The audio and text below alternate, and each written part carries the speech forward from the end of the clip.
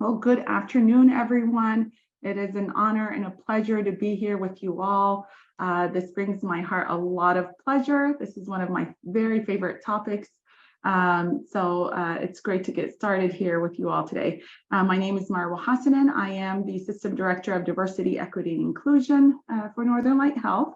So it's wonderful to have, I know we've opened this publicly, so we have people joining from everywhere. This topic of mental health and spirituality and religion and faith, again, as I mentioned, is one that is near and dear to my heart. And since May is Mental Health Awareness Month, I really wanted to bring it to the forefront and highlight how our respective faiths and spiritualities can really help us deal with stress by giving us a sense of purpose and peace and tranquility. And I have to give a huge shout out and express gratitude to three individuals who have collaborated with me on this forum. I could not have pulled this off without them. Elizabeth Clayton is our employee wellness specialist with Total Health. Greg Bridges Music, who is actually one of our panelists. He is LCPC. If I can get everyone to mute, please, I would appreciate it.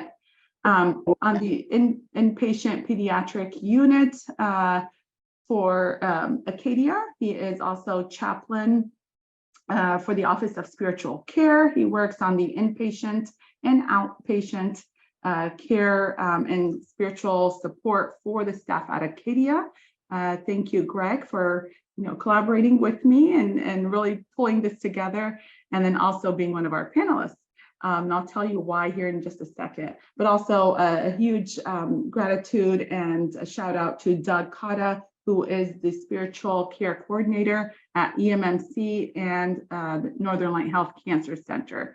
And so the four of us got together and we tried to find different faith leaders, and we've had to actually reschedule a couple of times because of our difficulty with pulling in several faith leaders and several faith traditions. So we really wanted to be as inclusive as possible, and it's really, really hard to include many people on one date, on one time. So thank you to our panelists. We have also three other powerhouses and wonderful faith leaders and community members. I will go ahead and introduce them, and definitely please share a little bit more about yourselves as we go on with the forum. So first we have Dr. Mel Madrona, who is MD. He's a graduate of Stanford University School of Medicine, who is trained in family medicine, psychiatry, and clinical psychology. Dr. Mel Madrona works with Aboriginal communities to develop uniquely Aboriginal styles of healing and healthcare for use in those communities. He is interested in the relation of healing through dialogue and community and psychosis. He is the author of Coyote Medicine and a plethora of other books, and I've actually searched for Coyote Medicine because I'm very interested in reading it. Dr. Mel Madrona, thank you for taking the time today to be with us. We also have Omar Conte, who is a good friend of mine and a brother of mine. He is part of the Muslim community in the greater Bangor area. He is a member of the Islamic Center of Maine. He is also our outreach coordinator and does our Friday khutbahs, which is basically the Friday sermon. Omar also works in Northern Light Health Acadia Hospital in the mental health field as a psychiatric clinician. He is LCSW. I'm assuming that means licensed clinical social worker. And he is a father of two beautiful little girls. And then last but not least, along with Greg, is Rabbi Weiss, who serves as the rabbi of Congregation Beth El on French Street in Bangor. He received his BA in rhetoric from UC Berkeley and rabbinic ordination from the Hebrew Union College in New York City. He is an avid musician and also a proud father. So thank you for serving as our panelists today. I know each of you is a wealth of knowledge, and I can't wait to hear more from you. And without further ado, I want to go ahead and get started on this, because I know we have many questions, and what I would love to do is leave maybe 20 to 30 minutes at the end, open it up for questions. Please feel free to jot them down in our chat, and a couple of us will, kind of keep a close eye on those questions, and I promise to make sure we get to as many of them as possible. So first question, kind of this broad overview. In your experience, how has religion and or spirituality influenced health and illness, in general or specifically with mental health? And is there a difference between religion and spirituality? So a two-pronged question, very loaded. But let's start with Dr. Mel Madrona. And I would love to get your take on this. Well, so the tradition from which I speak is indigenous North American, primarily Lakota, has been where I've placed my energies. And in that tradition, it would be seen as all healing is spiritual, fundamentally, and that humans are in constant relationship with more than humans and other than humans. And I believe, I did a study some years ago in which we asked some elders, healing elders, so what do you think is the most important factor in people recovering? And they said, spiritual transformation. And so we did a study, I and some other people, in which we gathered life stories, and we came up with a scale of spiritual transformation from none at all, to profound. And we found, that when we did the statistics blindly, that the elders were right, that spiritual transformation during the course of the work that the people did with the elders was tremendously correlated with their degree of improvement. And so that's my sense. Of course, not everyone gets physically well, but everyone can be healed.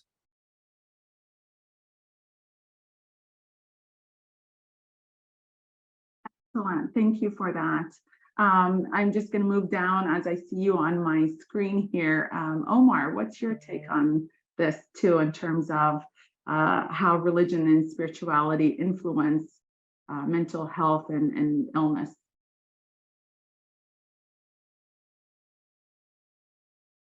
Should probably mute myself first. As far as the Islamic tradition is concerned, Islam teaches that for every illness, there's a cure. There's a corresponding cure to it, and it says that emphatically to be the case. And that cure may be medicinal, and that cure may be spiritual. The spiritual aspect does not cancel the medicinal aspect, and the medicinal aspect does not negate the spiritual aspect of health and care. They are both required and necessary for a human being to be able to flourish in the way they need to in this world. And it also tries to balance that with the fact that this world is created purposefully with its joys and its pleasures that it has. And each and every one of them have a purpose and meaning to them, that no matter what station a person is at, no matter who they are, whether young or old, rich or poor, male or female, or otherwise, that person will experience the gamut and the spectrum of human experience no matter what. And God has given us his guidance in order for that human being to traverse this world and be able to manage these joys of life, and to also be able to manage the pains and the struggles and challenges of life.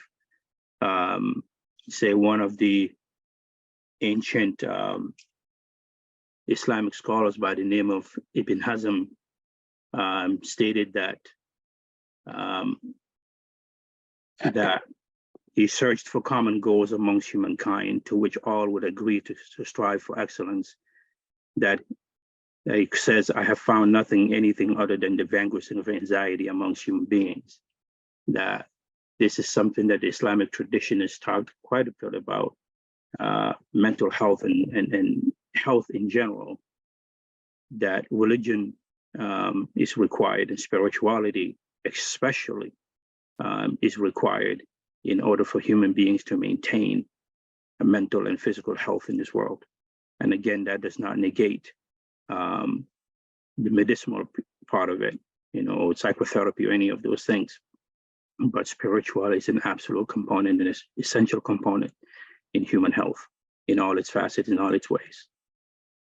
Thank you so much, Omar. And Rabbi Weiss, I know that there are many similarities between the Jewish faith and the Islamic faith, and differences as well. So are there similarities here or differences? What can you give us the Jewish perspective, please?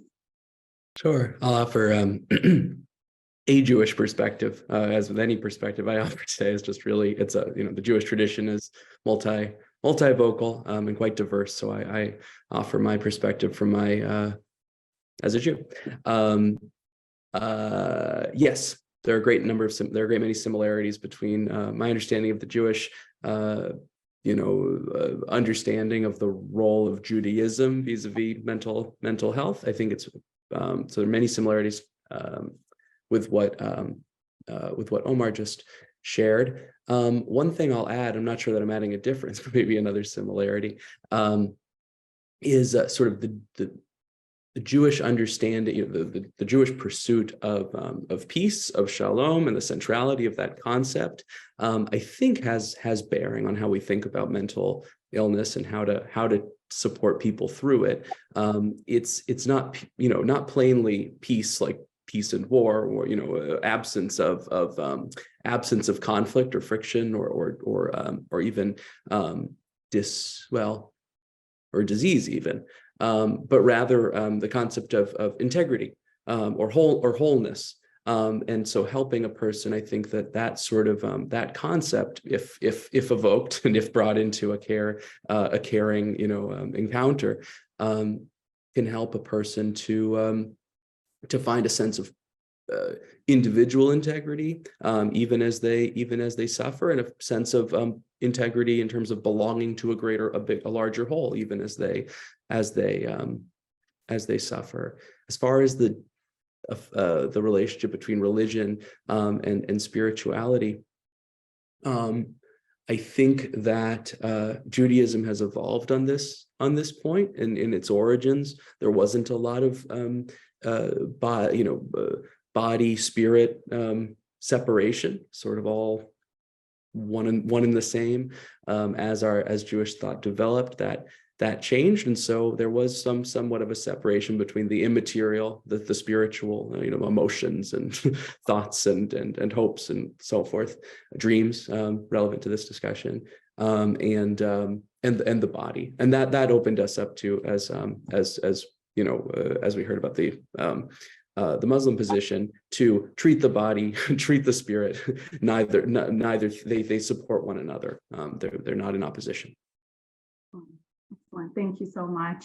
And Greg, definitely please share with us a Christian perspective. And I know you're a chaplain, you cover a lot in different faith traditions in your work. So we would love to hear from you as well. Yeah, I've resonated so much with what the other three have said. It's just a pleasure to be on this panel and to listen to them. I'm really excited about it. Thank you all so much for joining.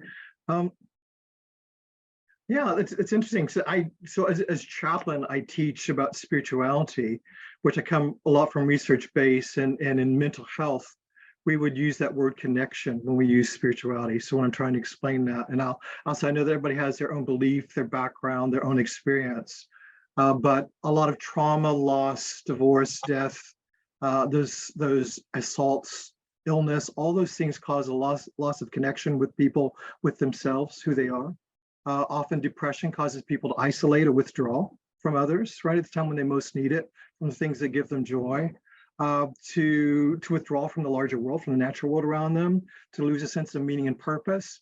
And then for some people, they frame their spirituality with connection with a greater consciousness, or God, or Allah, or higher power, or great spirit, or great creator. And some with just a sense of that there's something in the universe, and that there's a rhythm and a rhyme and a purpose. And so the chaplain part of me tries to help people reconnect with those things that give them strength in those different areas. Then specifically religiously, as a person of Christian faith, and when I'm working with those patients that are Christian, I mean, there's a lot within Christian spiritual literature in our sacred writings about prayers for healing and for health, right? Also, along with an acknowledgement that there is the presence of pain and suffering in life for everybody, regardless of whether they've been a quote unquote good person or a bad person. So I really encourage that spiritual desire for whole health. In fact, as chaplain, I don't refer to, are you a good or a bad person? Is this sinful or holy? Because those words have become so loaded in our culture, and associated with a lot of shame, which is not helpful for people, that I tend to go, okay, folks, is this healthy or unhealthy? And I actually use that within my religious language. And then I think, as I was saying to you the other day, Mara, but only depending on those prayers of faith. I have known of faith congregations here in town to encourage people with psychiatric challenges to go off their medications, right? That if they were faithful enough, they would be healed. And the fact that if they're not healed, well, that's just a sign that you didn't have good faith, which is, that's just so destructive to people. And I like to point out that, the Gospel of Luke about Jesus, the fourth gospel, the third gospel, and the book of Acts are written by Luke, who was a physician, a doctor, and accompanied the Apostle Paul all the time, so that both within Christian literature, both of them have been used. I mean, the literature and the research just absolutely does show that when well used, like any medication, religion really does help with depression, psychosis, anxiety, and when misused and added induced guilt and shame can be really debilitating to people. Thank you, Greg. And this is actually the perfect lead into my next question.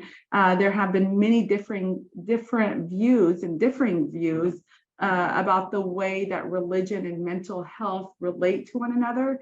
Some people argue that religion or spirituality is highly beneficial to mental health, and others arguing that religion may harm mental health due to what you just spoke about, Greg.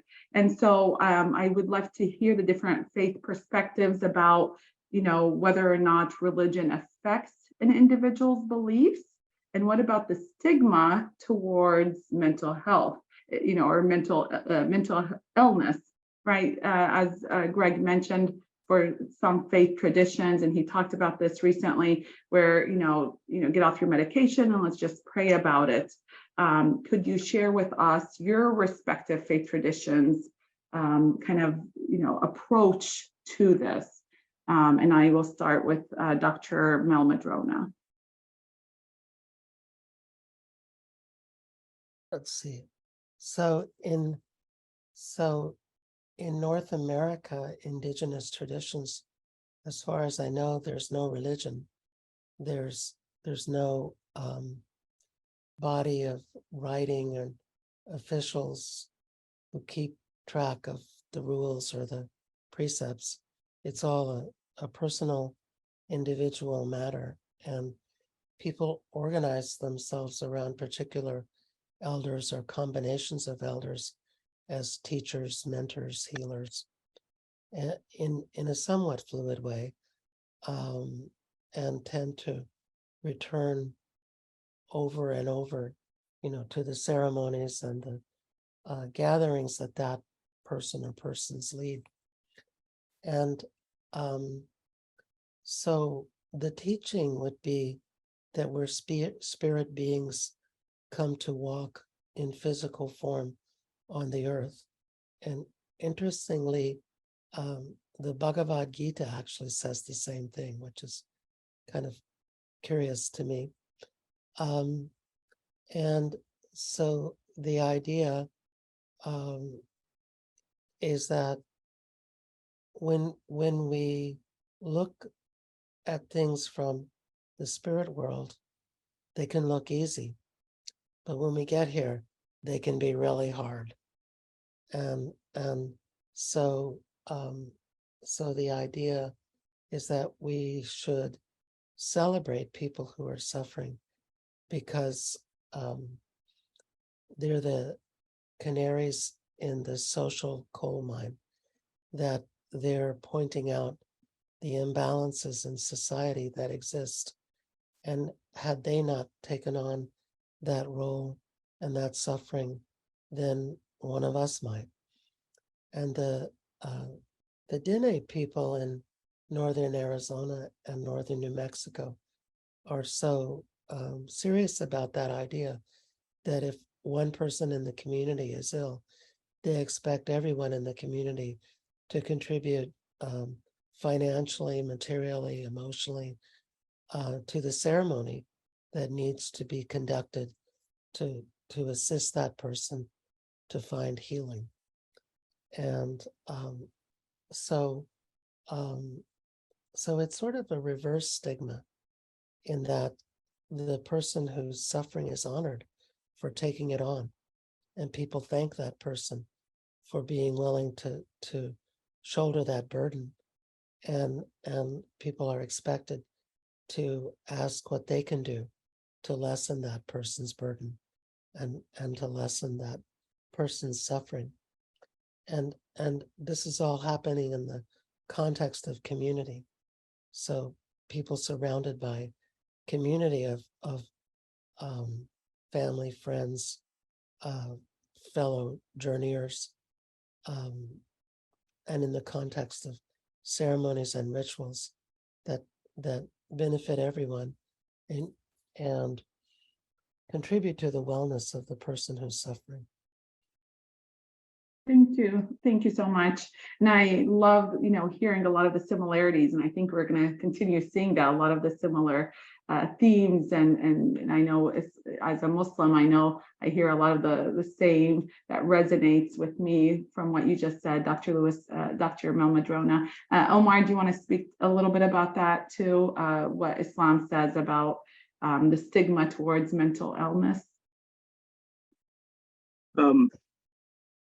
As far as the Islamic tradition is concerned, there is no stigma towards any type of illness whatsoever, because, as I said earlier, that everything in this life, every challenge that people have, whether it's physical challenges, emotional challenges, relationship challenges, or otherwise, it's all part of this world by design.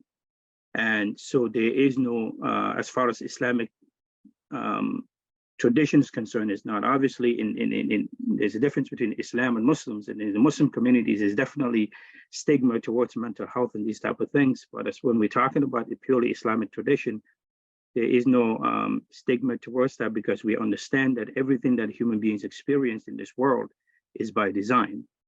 And so therefore, if anything that is by design by God naturally cannot have any stigma to it, because we know there's a wisdom behind it, and we need to understand it from that perspective. But however, as I said, there should be no difference between, there should be no issue in relating to somebody seeking care of medical care, whether they're doing it through cultural medicine, or whether it's through mainstream medicine, whether it's through spirituality. All of these things are supposed to be intertwined, are supposed to be helpful to as part of the effort to try to help that person.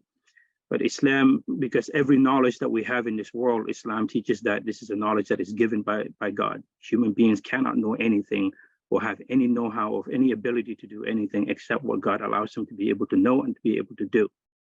So therefore, Islam would teach that if somebody is sick, with a mental, physical, emotional, whatever it may be, that not only do they need to pray about it and seek that spiritual way of healing, but they also need to seek that physical way of going about healing, whether going to the hospital or taking medication or whether going to a therapist or whatever it may be. All of this is part of God's way of helping people. So therefore, there should not be any barrier or stigma towards somebody seeking those various ways of trying to aid themselves. But the emphasis is also placed on that one cannot find this healing as much as possible in this world without that spiritual component present. Well, thank you for sharing, Omar. And as a community member too, it's I grapple too with the culture versus religion piece, especially for our specific community faith tradition too. And people think, well, I'm not going to take the medication and I just will pray about it. As Greg shared, sometimes that happens with the Christian traditions as well, or the taboo that is so attached with it culturally too, and trying to really peel those apart. Rabbi Weiss, is that similar too in the Jewish communities? And I'm sure what I'm seeing is it's a human experience, and I would love to hear a little bit more from the Jewish perspective. Sure. Yeah, I think that there's been long been a sensitivity to and awareness of mental illness in the Jewish tradition. Our most ancient sources, I think, don't do well, they didn't know them. They didn't know that much in our most ancient sources. So there's a lot of concern that mental illness is a curse from God or something like that. The most sort of those early depictions in the Torah, the Hebrew Bible, are very much that way. But then it doesn't take long for the rabbis of the Talmud around the year 0, give or take a couple hundred years on either side, to start to interpret older sources and add their own spin. So they take one I think illustrative example is a line from Proverbs, which says that if one has worry in their heart, that they should quash it. And then the rabbis ask one another, well, what does it mean? What does it mean to quash it? And they do a little bit of wordplay. And one says, well, that means to forcibly, excise it in sort of a stigmatizing way, saying, well, that's taboo, put it over, just get rid of it, put it somewhere else. And the other one says the way to quash it is to share it with another. And that's a very, very early, so these are very, very early sources that are pointing to the value of sharing one's struggle with another, pointing to the value of what comes to be talk therapy. They're aware as well of the therapeutic or sort of the spiritual significance of dreams. There's a line from the Talmud that says that a dream uninterpreted is like a letter unopened. That they all have content, they all have a message that's worth something. And then it goes, they're not all good. It says there's good ones and bad ones, but they're all worthwhile in that way. So Judaism has I think has long had an openness to those who suffer with mental illness. Plus, I think an overarching concern for just the well-being of the individual. So there's so on our holiest day of the year, Yom Kippur, it's a fast day, but there are exemptions for the old, for the young, for the pregnant, and increasingly in our times, and perhaps before that, but certainly in our times, for people who suffer from eating disorders or other illnesses that would make it dangerous for them to participate in even that most holy ritual act. So I think we're pretty strong on this point. I'm proud. I'm proud of Judaism in this way. Oh, thank you so much. And Greg. Yeah, again, when Omar was talking about the difference between what we're taught in our faith and how we practice it, I thought, okay, I get that. I understand that. In Christian literature, there's a time when Jesus is trying to heal a blind man, right? And as he's going to heal this man, the crowds are gathering around and they go, oh, did this man sin? Is that why he's blind? Or was it his parents that sinned? And that's why this person's blind. And Jesus just heals him. That's not the issue, right? And we have this thing that comes in, sometimes it's called prosperity ministry or theology, that if you live the right life and do all the right things, then life will always go well for you. And the reverse of that would be, if something bad is happening, if you're having a struggle, then something is wrong in your relationship with God or that you have sinned. And that keeps a lot of people from coming forward for help when they need it, right? And I know, speaking as a chaplain in a mental health hospital, I'd say 99% of the patients that come to us come with a lot of guilt and shame, because not only are they suffering, but they feel guilty about it. And again, within Christian tradition is supposed to be for those people who are always the outsiders. Jesus was accused that he couldn't be the Messiah from a Christian point of view, because he hung out with all the wrong people, and really the understanding of who is a follower of Jesus. Jesus says that there will be a judgment because he said, I was sick and you visited me. I was in prison, you came. I was hungry, you fed me. I was naked, you clothed me. I was thirsty, you gave me to drink. So Christianity has always been about those people who are suffering and on the outside. And that's why I love the work that I do, because so many of our folks are outsiders, feel themselves to be outsiders. I want to change that. I want to change that not just with the individual, but I work with a lot of faith communities. And Rabbi, I'd love to come and talk to you at your place too. I come to a lot of faith communities and talk to them about how they can be open, welcoming spaces for people who are struggling with mental health. So I try to work at that individual level, and I try to work at the systems level, because we're the majority of those struggling with mental illness in our land, still on the streets and still in prison. And Christ is really clear about what we should be doing with that. Thank you. I'd like to add something. I'd just like to add something to that. That's a very interesting concept that Greg just mentioned. In Islamic tradition as well, illness is seen as perhaps, or struggle or adversity in this life is also seen as perhaps God's way of showing care and compassion towards that person, because Islam teaches that the closer you are to God, the more adversity you're going to go through in life.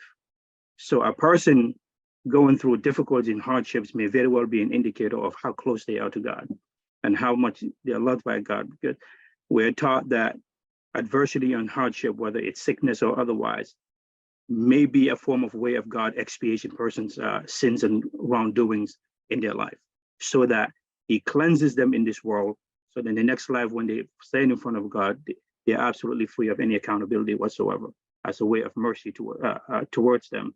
So suffering in this world is, although some of us that don't have the understanding of what that means in this world, we don't attach a greater meaning to it, may see it as a form of, a person being away from God. But in Islamic tradition is actually maybe an indicator of how close up that person is towards God. And thank you, Omar, for adding that in. And, it's a ongoing joke sometimes for friends who are struggling a lot. They always say, God must really, really love me. Or, the commonality between, God doesn't give us more than we can bear. Sometimes, people are like, well, I'm exhausted, so that is definitely something great that you shared, a great point.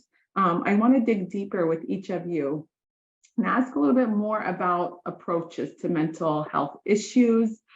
Specifically, and several of us were really interested in this, specifically, does your respective faith tradition or spiritual tradition provide or lend itself to any tools or techniques or rituals that would help members regulate, especially when they're in crisis mode, or really struggling? How do we talk to people from your faith traditions to really kind of help calm them? What can they do in terms of rituals? Dr. Mel Madrona, I see you unmuted. Yes, I did another study with healing elders, in which I asked them what they thought was most important for mental health practice, and unanimously, I think we had about 20. Unanimously, they all said to be a good listener is what's most important. And it reminds me of the French psychoanalyst Jacques Lacan, who said that the greatest gift you can give someone is to listen without judgment or interpretation. And a funny short story. So my wife and I were visiting an elder by the name of Dan Smoke, who had a radio show that I got to be on. And so my wife Barbara was talking with Dan, and she just talked and talked and talked and talked, and he listened and listened, and finally she ran out of things to say. And she said, "Oh my God, I've never run out of things to say. Nobody's ever listened to me until I'm done." And that was what Dan did. And it's what elders do. And so I think listening without judgment and interpretation would be maybe the number one principle that comes out of North American indigenous spirituality. The second principle would be speaking in community. And so a common practice is talking circle. And it's a wonderful practice in which a person convenes the circle with a question or an issue. And it starts with a prayer and purification, usually with sage or cedar. And then an object is passed around the circle, and whomever holds the object talks as long as they wish without interruption. And we encourage a lack of micro expressions also, so that people are actually just speaking into the center and not to anyone in particular, and not being influenced by reactions. And I also did a study of talking circles, and we did talking circles after hours in general practitioner waiting rooms. And we found that talking circles, if you came at least 4 times, were more effective than going to the GP for depression and anxiety.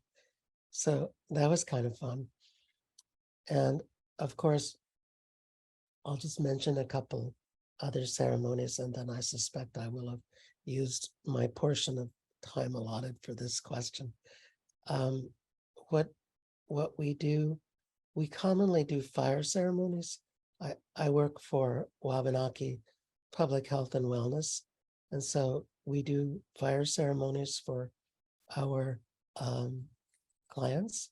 I'm doing one later this afternoon for someone who's experiencing thought broadcasting, that somebody is broadcasting thoughts into her mind and torturing her. And if we do regular fire ceremonies and sing traditional songs and say prayers, then she's bothered very much less by this. And she's a person who will not take medication. So this is what we can do for her. And, we also, besides, well, there's lots of cultural practices, but another one that looms large that we do from time to time is the Inipi ceremony, or revitalization ceremony. And that's where we heat stones and bring them into a covered structure, which is dark, and we pour water on the stones. And so the vapors purify you. And the word in Lakota, ini, means they breathe, and P is the third person plural ending. So inipi means they breathe, and kaga means ceremony. So it's a they breathe ceremony, which is translated into English as revitalization ceremony. But it really is, the vapors are purifying or revitalizing you. You know, and of course we're coming upon Sundance season, which can be an incredibly healing experience for people. And I go with some others to Cheyenne River Reservation in South Dakota for that, and also to Western New York with the Haudenosaunee for another dance. But we see people coming in to the dance with great suffering, and we see it melt away as they participate in the dance and as they find camaraderie and connectedness and community from everyone who surrounds them. So those are some things that I have to add. Oh, that is very, very fascinating. Thank you. And I love the communal aspects of pulling everyone up and uplifting one another. Thank you. Rabbi Weiss, I would love to hear more about your traditions as well. Sure. Not a lot of specific rituals around, I think it's always helpful. There's a portion of our Shabbat Sabbath service, which is offering a special blessing. It's called the Misha Berach blessing. And everyone's invited to sort of to share the name aloud of the loved one who is suffering. And I think that serves a twofold purpose. That's whether or not you believe that blessing will bring healing to that person, it calls it the attention of the community to the person who is suffering, to their family, to their friends. I think it shows a recognition of the fact that every person who suffers in this way does so. They don't do it alone. Even if no one was paying attention or tending to them, they wouldn't be doing it alone. They're affecting the whole system, the whole family system, the whole communal system. So I think that's something we ritualize our sense of communal belonging routinely. So I think that is provides, if it's not healing unto itself, it provides a context in which healing is possible. I think also our requirement, we have so much required together time. We require a quorum of at least 10 people to do most of our most important things. So that calls upon people who are going through, especially mourners, people are going through, who are mourning a loss, which is its own sort of, mental, state. It pulls them out of their homes and into the community as a matter of obligation, which seems harsh when people are going through such a hard time. However, I think it's ultimately a service to them. I've found it to be a service to me when I've been going through a difficult time and I've been like, oh, I wish I could pray. Well, I can't without others. And then you have to make small talk, and that's actually good for you too. So these are good things. The last thing I'll share is a really beautiful parable that I think speaks to some of the points that Dr. Malmadrona was making. It's from a Hasidic master. Hasidic Judaism is, yes, a very intense sort of observant Judaism, but it's also mystical in its origins. And so the Hasidic master, Rabbi Nachman of Breslov, who was himself, many believe, bipolar. So he suffered from pretty significant mental illness himself. He told this parable, which was about a king and a queen and their son, the prince, who lived with them, and he enjoyed a fine life. He had a great education. He ate well. He lived well, until one day at dinner he said that he had decided he was a turkey. He had come to the conclusion he was a turkey. Wasn't a decision. It was just a reality for him. He was a turkey. And they thought he was joking until he started joining them the next night when he joined them at dinner, and he wasn't wearing any clothes, and he was snacking at breadcrumbs rather than eating food like them and wearing clothes like them and sitting in his chair. And the king sought far and wide counsel from all sorts of wise people, and they tried a lot of things, and nothing really worked until he met a wise man with, how is he described? A wise man with gentle eyes, or something like that, who said, "Don't worry, but please allow me to join you for dinner." And when he arrived, he took off his clothes and he got under the table. And he asked the boy what he was doing there. He said, "Well, I'm a turkey." And he says, "Well, me too." And together they were turkeys. But the story doesn't end there, because I think that that's not exactly the right message either, because obviously this person is suffering, and he can't spend his whole life naked and cold and eating breadcrumbs. He says, "I'm a turkey too." And he asked him, "Well, is there any rule against a turkey wearing a shirt?" And the prince thinks about it. He says, "No, I don't think so." And he's like, "And what about pants?" He says, "No, I don't think so."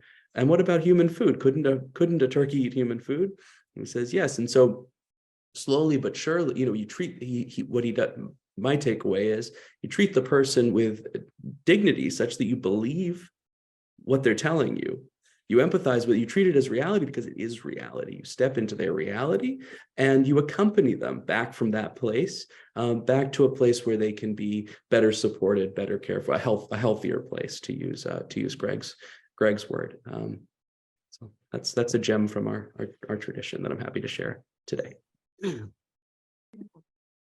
Omar.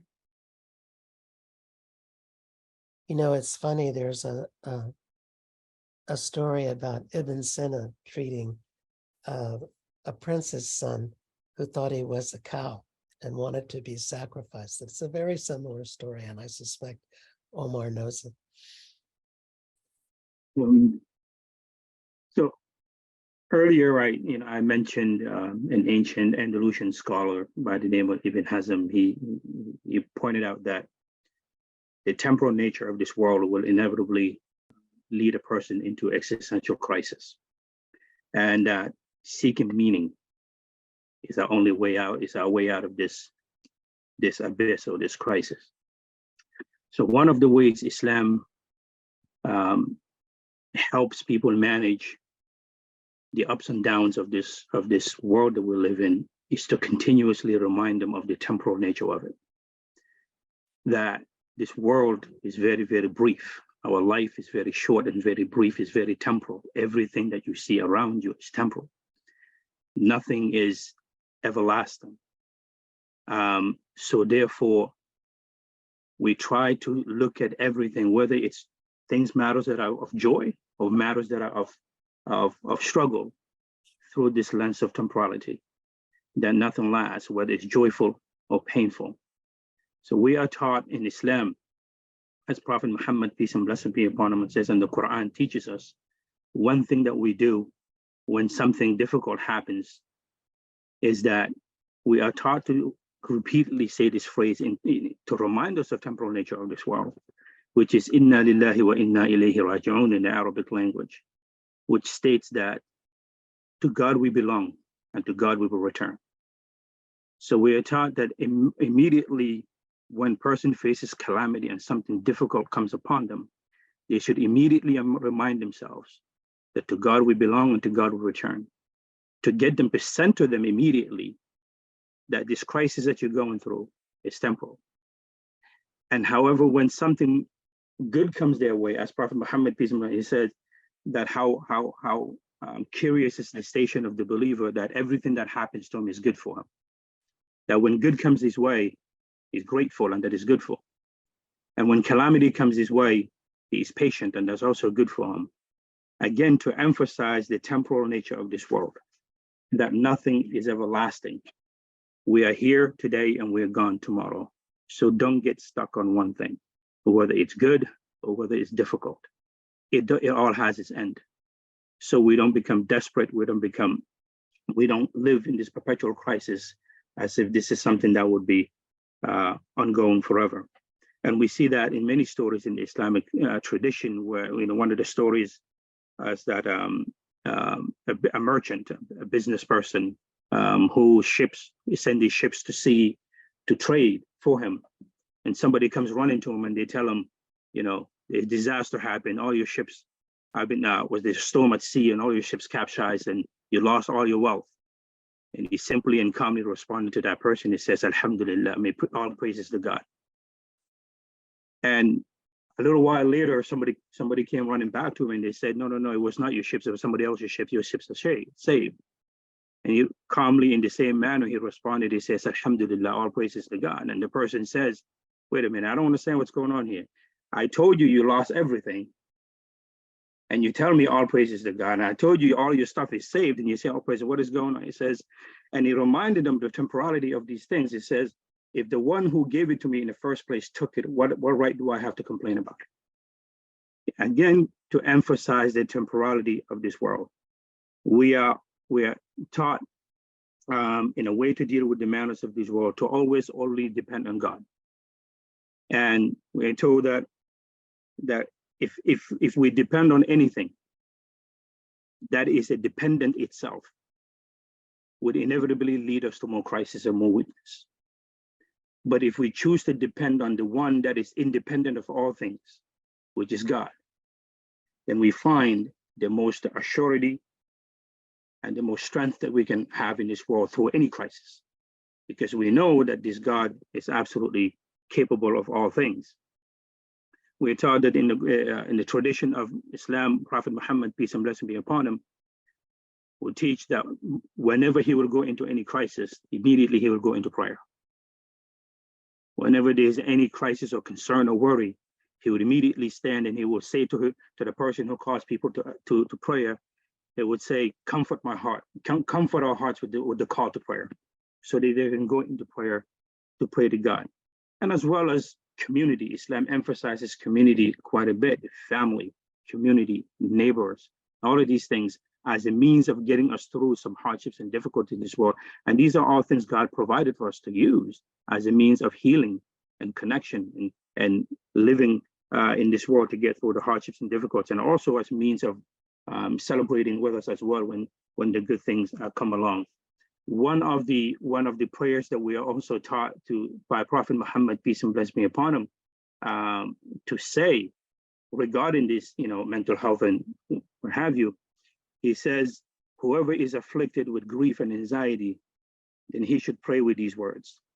O Allah, certainly I am your servant, the son of your male servant, and the son of your female servant. My forehead is in your hands. Your judgment upon me is assured, and your decree concerning me is just.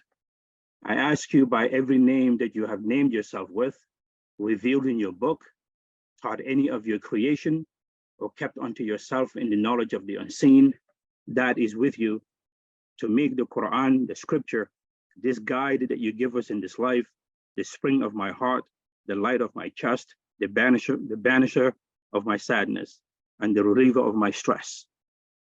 So prayer is always part of it. That we must understand that this world is temporal, that any hardship and difficulty that we go through in this world is by design, and that through it all, God is the answer in any help that we seek.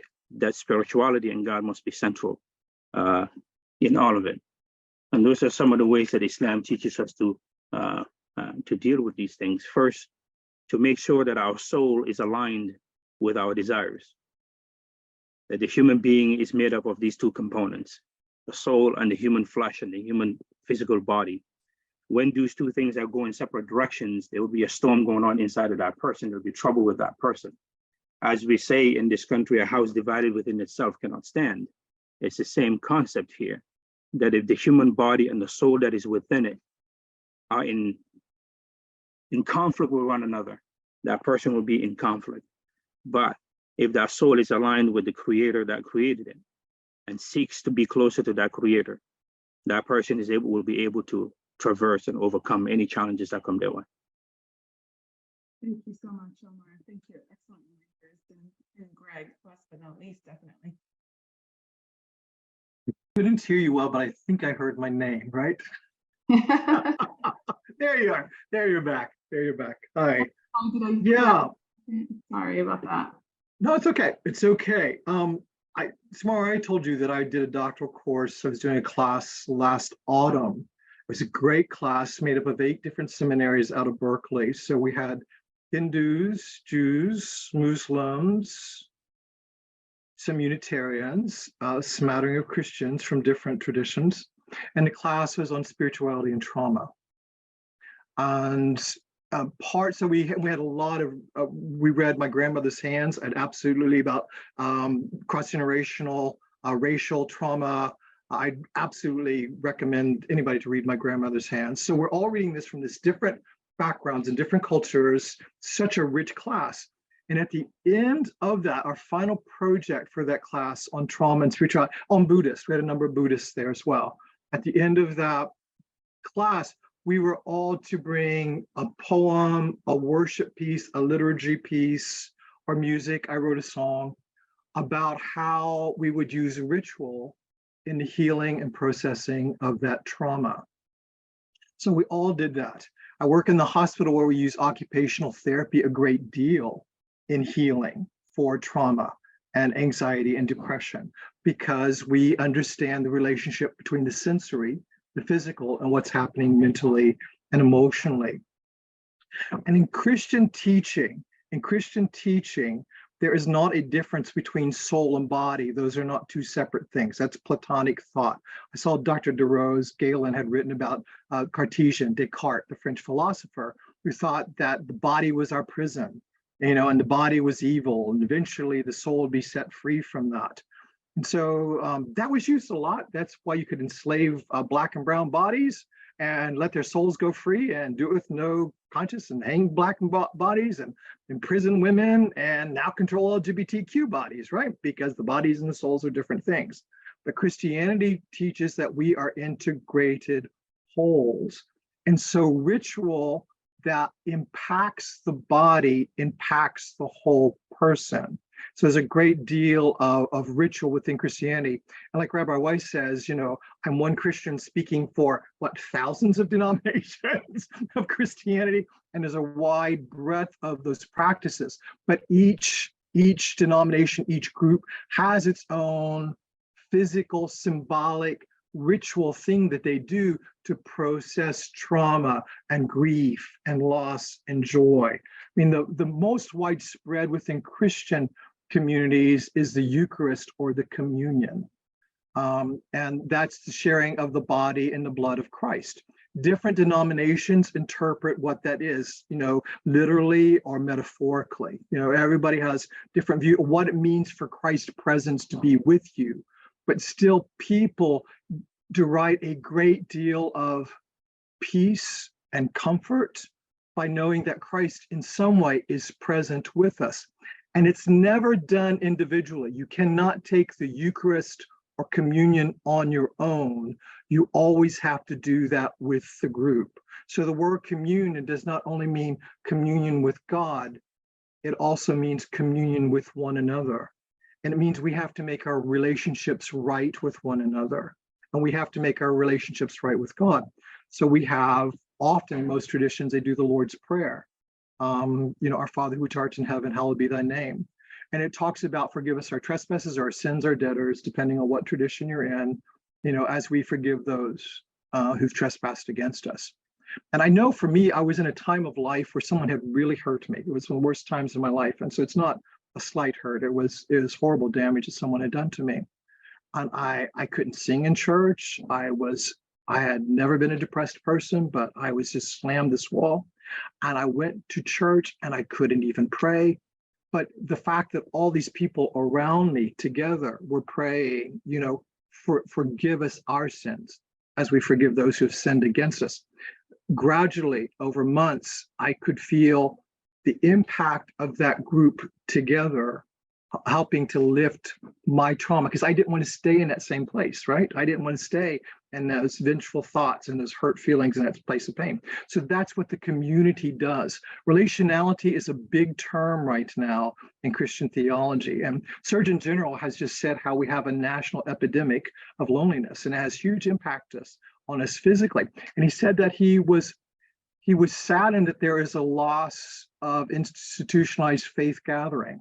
He wasn't trying to push religion, But we've also got a real increase of depression amongst our young people, right? And we've got a lessening of young people attending faith traditions. And that communion, that community together, gathering and helping and lifting one another, as all the other three guys have said, is really, really healing. We would do things like testimony time where you come, you know, and you share what God's done in your life or where you're struggling. I was taught as a 14-year-old how to lead Bible studies. So I'm really good at doing groups as a clinician. I told my supervisor, that's because when I was a 14-year-old, they got me to sit around and people would read a Bible verse and what it meant to them and what they were going through in their life, just like Dr. Mel Madrona was saying, you know, what they're going through in life. We just sat and we listened and we confirmed one another. You know, when I was in England, we always jokingly said the church is responsible for hatch, match, and dispatch, which was, you know, birth, marriage, and death. All those seasons of life we celebrate in the seasons of the year, and the comings and the goings and the deaths and the births. And there is a community there to celebrate and lift us up in joys and in concerns throughout all those times of life.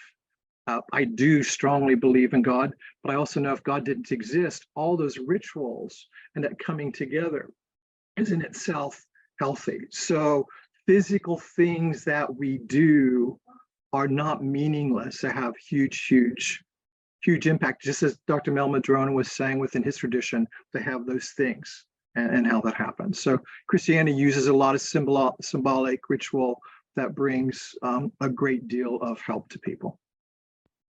Thank you. This is also profound and fascinating. And I want to give one more question and just kind of like wrap this up, because I promised individuals, folks, that, you know, we'll give some time for questions. And even if we don't have questions from our participants, if you would like to ask each other questions as well.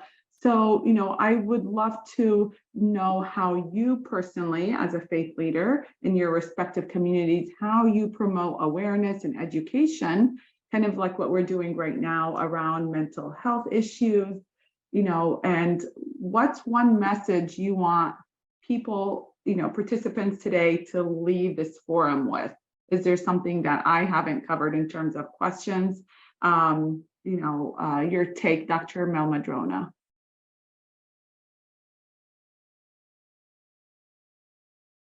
I think for me, the most important message for people is that you're not alone.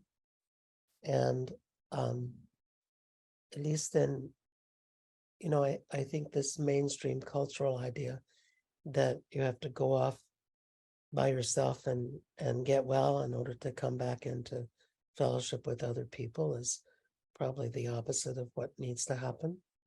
And so we talk a lot about if you're feeling down, if you're suffering, invite everyone you know to come to a meeting for the purpose of being healing for each other, because helping others is healing for ourselves and vice versa. So you know, that's one thing. And I think that talking, you know, being willing to share, being in community is also important. And we forget and we isolate ourselves when we should congregate, and we withdraw when we should move forward.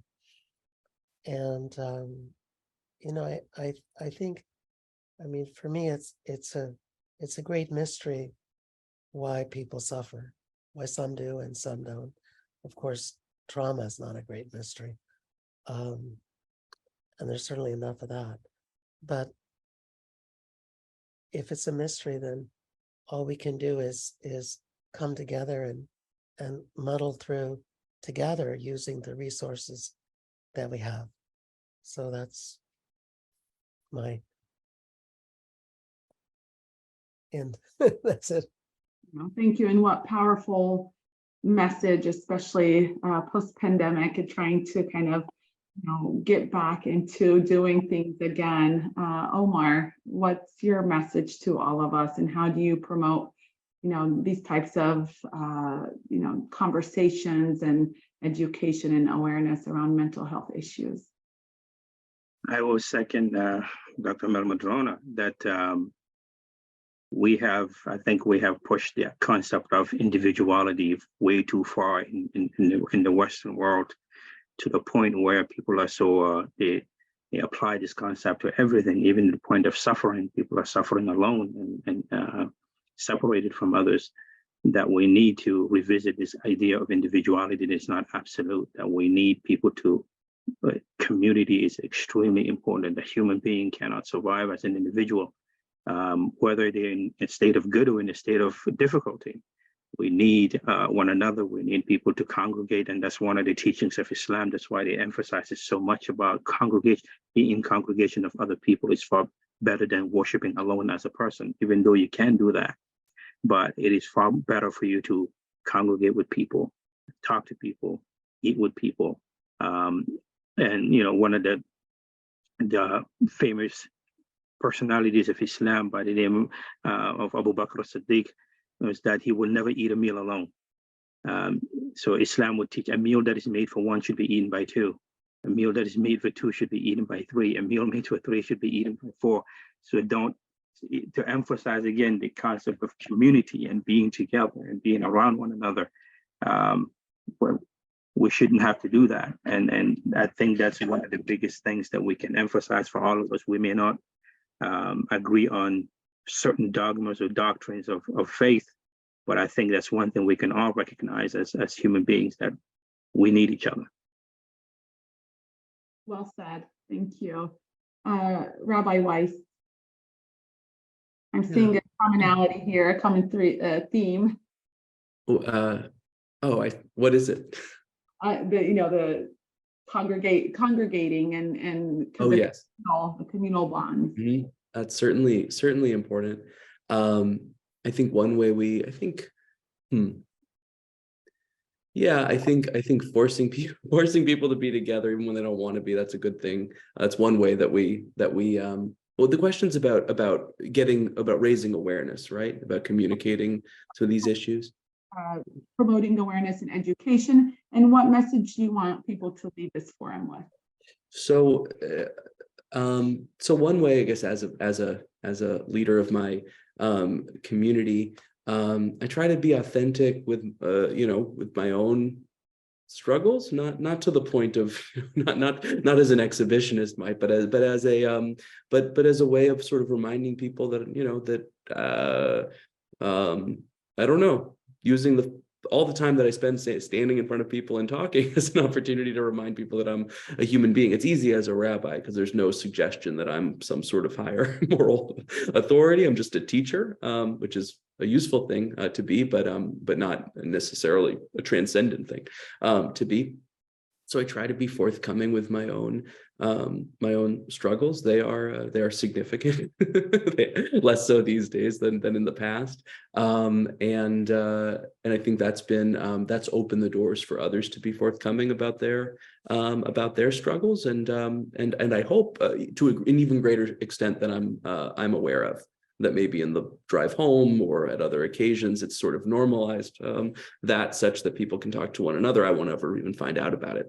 That's good. So that's one thing. I try to be truthful about, I think with religious minorities, I'm sure the other religious minorities represented here can relate to this. There's sort of, you're always playing a little bit, you're sort of shadow boxing with the stereotypes. So for Jewish community, I think that there's certain mental health conditions which are baked into our stereo, sort of the Woody Allen sort of image of the Jew. You can be neurotic, you can be anxious, you can be depressed, and so those can become sort of like the acceptable forms of mental health, but then maybe things like substance use disorder or addiction are not seen as as Jewish mental health issues. Schizophrenia is not seen as a Jewish one, although that really should be. It's been proven that genetically Ashkenazi Jews, European Jews, Eastern European Jews are 40% more likely to develop that condition. There's a genetic predisposition to that. So So anyway, there are ways we could be more truthful about sort of what, that we're affected equally as other populations when it comes to certain mental health disorders, and even more in ways that we're not always talking about. I think one thing that and I'll end with this. I think one way to share this message with my community that's been especially effective is not assuming that any problem of behavioral health or mental health is an out there problem. So for instance, during the winter, I was coming into the synagogue in the morning and finding, a huge number of, a large amount of used tinfoil for cooking heroin and I presume, and needles and things. And, the initial response is, how do we stop people from using drugs on our steps so that we don't have to clean up the needles, because that's a pain and also sad and so forth. But then we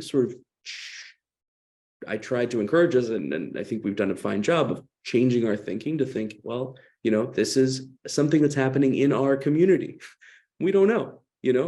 This is our community. It's not just the people inside the building, but it's the people outside of the building, and you don't know who's showing up at night and using our space in that way. And so we ran a program where we distributed Narcan to congregants who wanted it. We led training on how to administer it. Should you find yourself in the position of being able to save a life. And I think that the more we do that, the more we blur the line between problems out there and problems without and problems within, the more attuned we become to our own suffering and the suffering of the world at large. Thank you so much. And Greg, do you want to wrap that up? And I know I see some questions coming in. So speak quickly.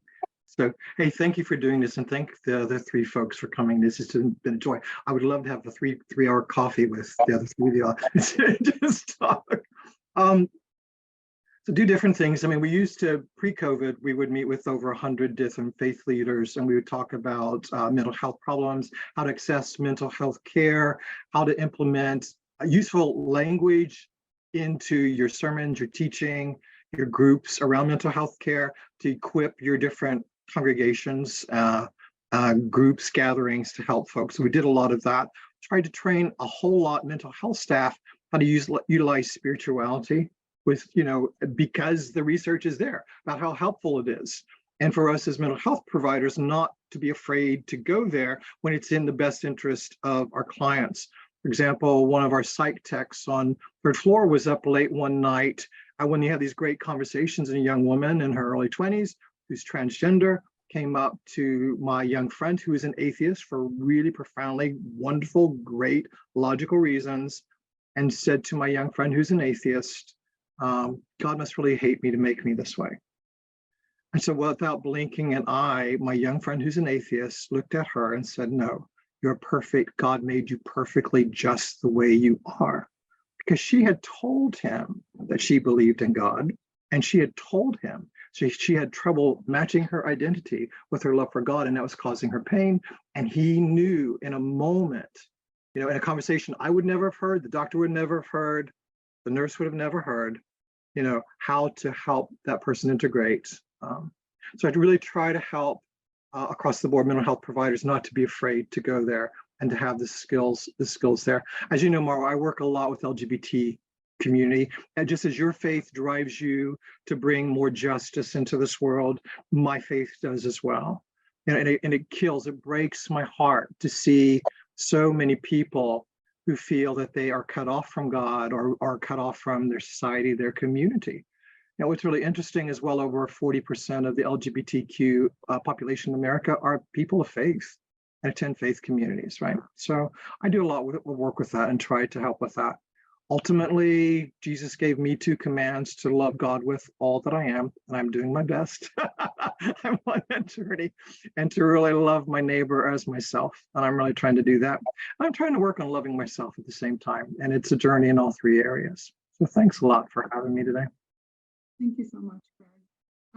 Questions, please feel free to unmute yourselves or use the raise hand emoji for any one of our panelists, or just if you have a general question. I know that Jennifer left a message here. How does the panel suggest we navigate this time and culture when religion is being weaponized against marginalized groups, and most recently, profoundly against our transgender LGBTQ plus friends? It is hard for me to want to risk community when my formative faith community is at the helm of this harm. Does anyone want to take that one? Sure. Deceased Reverend Bishop Spong of the Episcopal Church said it's always noisiest in the shallow end of the pool. So the voices you hear are not representative of the majority of us, certainly not of any of our major faiths, right?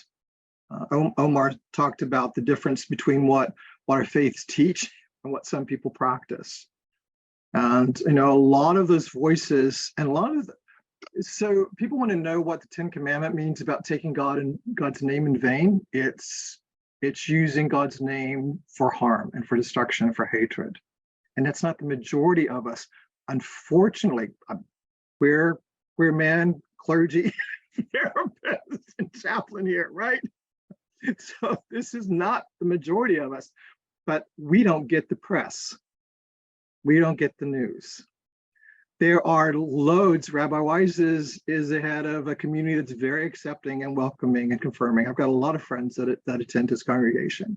There are what, 8, 12 congregations easily of different faiths here in the Bangor area that are open, welcoming. We just don't get covered in the news very often. I hope that's true, Greg. I hope that's true. I don't know. I think it's and I'll speak about the Jewish community. I think, I'm very thankful that there's a large contingent which has been liberal enough in its understanding, in its not liberal in a political way, liberal enough in its interpretation of the text to see the sanctity that I see in the lives of LGBTQ people, but I don't know if it's the majority. This is a real. I say this not to debate you, but to say I think this is a real. The question speaks to a real tension, a tension that really still exists, and I think it's also, as a Jew, we struggle with. Okay, we've become rightfully more embracing, confirming, celebratory of people, of LGBTQ people. Who hasn't? Jews who live a Jewish life 24 hours a day, 7 days a week, in a very visible way, in a very ritualized way. So there's this. Is it authentic? This is the question. Is this a concession that's being made, or is it authentic, or is it an authentically Jewish development? This is the question we don't have to ask it, but that I'm asking because we're thinking about it together. And I know I saw Abby's hand go up. I don't know if it's a follow-up question or the same question, or a different question, I mean. Hi, can you hear me? Yes. So it's a general question, but I think we're all on to a theme. I don't know if it's a theme, but it's about community. And I guess my question is that this has been one of the most eye-opening meetings I've been to for a minute. And a lot of it is more of the presenters and now and how you have presented the questions. And I'm listening. I'm a person that works in the community with a lot of outreach. And I am a professional, but my heart also is for individuals that are really beaten down and don't have the ability to even walk into those doors, like Rabbi said, other than maybe using on your steps, right? Or Omar personally being able to have a conversation with someone. Or in the hospital, where do you go with your job to your religion, right? You're supposed to separate. And so I'm sitting here, and I'm just going to pose a question to anybody.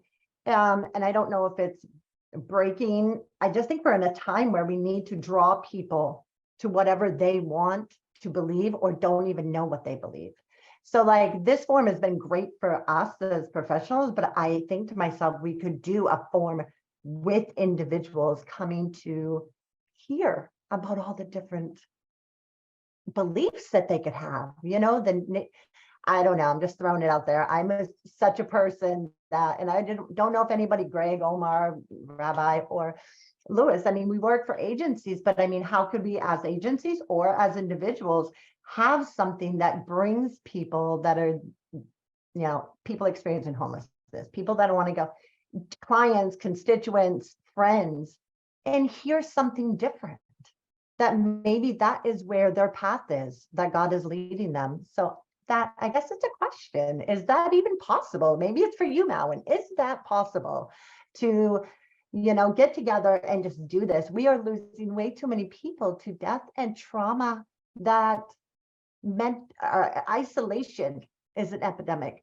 Recovery, drug use is an epidemic. Spiritually, people dying inside, along with even me. This has brought me to a place of like, yes, thank you, God, you know, to be able to hear that we all are different, but we are alike. And we deserve as people to be able to have our differences and have a dialogue.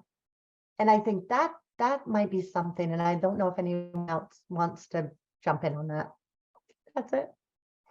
Well, I have a couple thoughts. I mean, so I think we're all doing it in our own way, and I suspect that everyone else on the panel will add how they're doing it. But at Wabanaki Public Health and Wellness, we have a community room. Anyone can come there. You know, we're creating housing for community members. We just started an intensive outpatient treatment program. We do outreach. We go find you when you don't show up for your appointment. You know, we never discharge a patient for multiple no-shows. We figure you need us more. If you're not showing up, you need more contact with us than less. You know, we have case managers who are driving around looking for people. So, you know, and then we have this amazing youth outreach program that, you know, because I'm a clinician, I don't get to see much of that, but I know how incredibly wonderful it is, as well as are many of our other reaching out programs like food security and medicine, you know, natural medicines and things like that. So I suspect that you know, we're doing our thing, but I suspect that there's faith communities that are doing their thing, and you know, probably there's some overlap.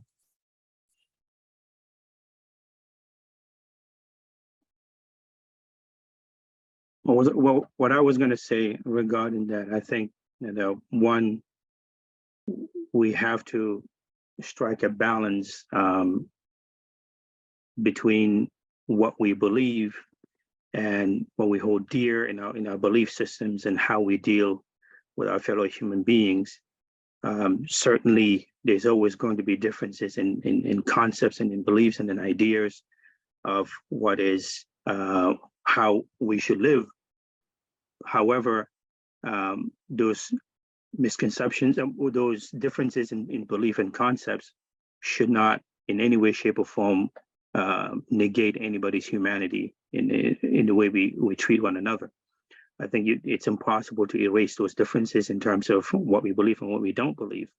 But I think I just think of one of the phrases in the Holy Quran that, you know, for one of the short chapters is, and in the end it says, "To you your way and to me mine," which goes to say that you have all the freedom and all the right to see God as you see fit, and to go on this journey towards God as you see fit, and as well as I do, to go towards God as I see fit, to believe in God as I see fit, without negating your humanity in any way, shape, or form, without you negating my humanity in shape or form.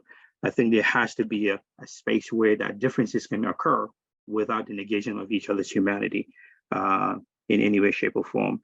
I think we lose sight of that.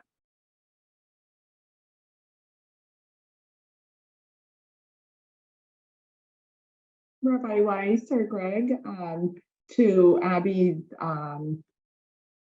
question, beautiful comment about how do we continue to reach out to individuals as well and to pull them in, especially when there is a sense of despair and hopelessness, and to bring them into our mosques and synagogues and churches.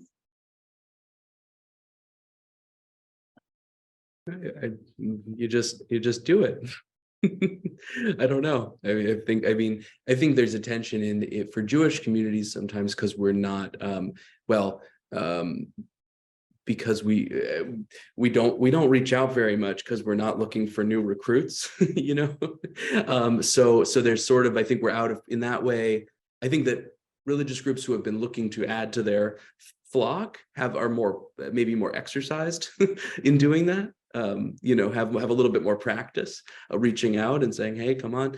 We don't have as much, and of course there's a lot of reasons to reach out other than to, you know, grow your numbers. So we could always do, I think, a better job with that. And I think a lot of Jewish communities are working hard to do that. Bethel has been doing that better than most. I think I can say that without feeling like I'm bragging because I've only been there for a year. Bethel's been doing that better than most for a good while. And I just want to clarify my position on LGBTQ inclusion in religious and celebration and so forth in religion in our religious community. My last comments were really just about my fears about the power, you know, about like the person who asked the question about religious groups and sort of pursuing, you know, discriminatory or I don't know. Basically, I'm just, as a religious leader, I know that religion is a powerful force, and I want it to be a force for good and for inclusion. So I'm nervous but optimistic, especially given what Greg shared in the chat about the research that's been done recently. So thanks. Thank you so much. On that note, you know, religion is supposed to make you a better person. And I love the saying that if it doesn't, then you're practicing it all wrong. And, you know, with any respective religion. And so thank you to our 4 phenomenal panelists, Dr. Mel Madrona, Omar, Greg, Rabbi Weiss. Thank you for your time and your willingness to participate. This has been profound. This is amazing. I have recorded it and will share widely. If you want, you know, the link to this, I am happy to share. And to those of you, I know Abby left her number for a bigger conversation. I agree. This is a bigger conversation. I think we could have talked for hours and not just an hour and a half. But on that note, again, thank you so much once again on behalf of myself and those who have helped me with this, Elizabeth, Greg, and Doug. We appreciate your attendance and participation today, and have a wonderful afternoon. Thank you all.